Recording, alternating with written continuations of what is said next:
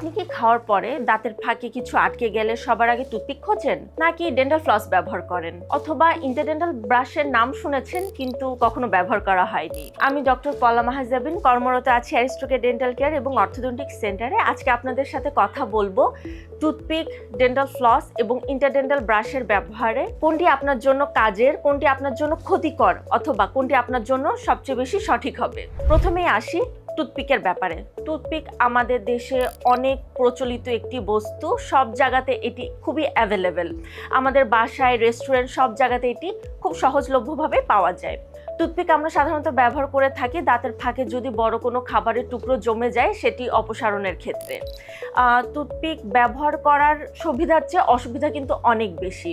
Toothpick সাধারণত ব্যবহার করলে মাড়ি সরে যেতে পারে, মাড়ি নড়ে যেতে পারে। অনেক সময় হয় টুথপিক ভেঙে গিয়ে আপনার মাড়িতে ঢুকে গিয়েছে, যেটা কিন্তু আপনার জন্য অনেক বড় বিপদ ডেকে আনতে পারে।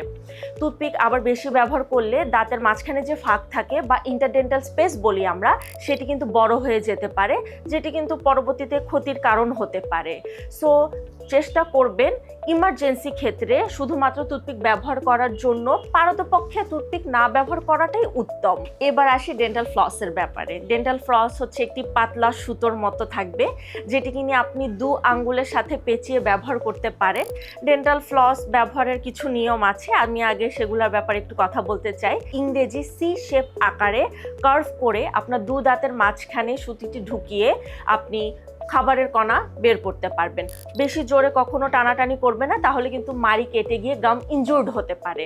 ডেন্টাল ফ্লস বড় খাবারের টুকরো থেকে শুরু করে ছোট খাবারের টুকরো এবং দাঁতের ফাঁকে যে প্লাগ জমে থাকে সেটি অপসারণেও অনেক বেশি সাহায্য করে। ডেন্টাল ফ্লস দাঁতের মাঝখানের যে ফাঁকা থাকে সেটা ছোট কিংবা বড়, বয়স্ক কিংবা ছোট, সবার জন্য এটা সেফ, সবাই এটা ব্যবহার করতে পারেন। ডেন্টাল ফ্লস ব্যবহার করলে আপনার গাম সুস্থ থাকবে, দাঁতের মাঝখানে কোনো প্লাগ জমবে না।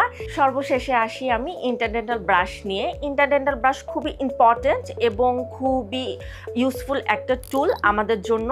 আমরা এটা নাম শুনে থাকতে পারি, অনেকেই আছে যেটা এখনো এটি ব্যবহার করেননি। ইন্টারডেন্টাল ব্রাশ বিভিন্ন সাইজের পাওয়া যায় আমাদের দেশে, একদম সাইজ 0 থেকে শুরু করে বড় সাইজ পর্যন্ত ইন্টারডেন্টাল ব্রাশ বাজারে পাওয়া যায়। যেখানে ফ্লস যাচ্ছে না সেখানে আপনি ইন্টারডেন্টাল ব্রাশ ব্যবহার করতে পারেন। যাদের মুখে ডেন্টাল ব্রেসেস আছে, ব্রিজ অথবা ক্যাপ ব্যবহার করেন, তাদের জন্য ইন্টারডেন্টাল ব্রাশ একটি আদর্শ। ইন্টারডেন্টাল ব্রাশ ব্যবহারে আপনি দাঁতের মাঝখানে যে প্লাগ জমে থাকে সেটি আপনি ক্লিন করতে পারবেন। ছোট খাদ্যকণা থেকে শুরু করে সবকিছু মোটামুটি ভালোভাবে ক্লিন করা যায়। ইন্টারডেন্টাল ব্রাশ ব্যবহার করার কারণে কিন্তু কখনো দাঁতের মাড়ি ইনজুর্ড হবে না, দাঁতের কোনো ক্ষতি হবে না, মাড়ি এবং দাঁত, গাম সবকিছুই একদম সুস্থ থাকবে। ইন্টারডেন্টাল ব্রাশ ব্যবহারের ক্ষেত্রে একটি জিনিস মাথায় রাখতে হবে, সেটা হচ্ছে সাইজ।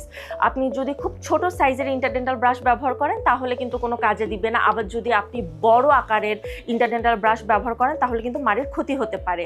সো আপনি ইন্টারডেন্টাল ব্রাশের সঠিক সাইজ আপনার ডেন্টিস্টের কাছ থেকে জেনে অবশ্যই ব্যবহার করতে পারেন।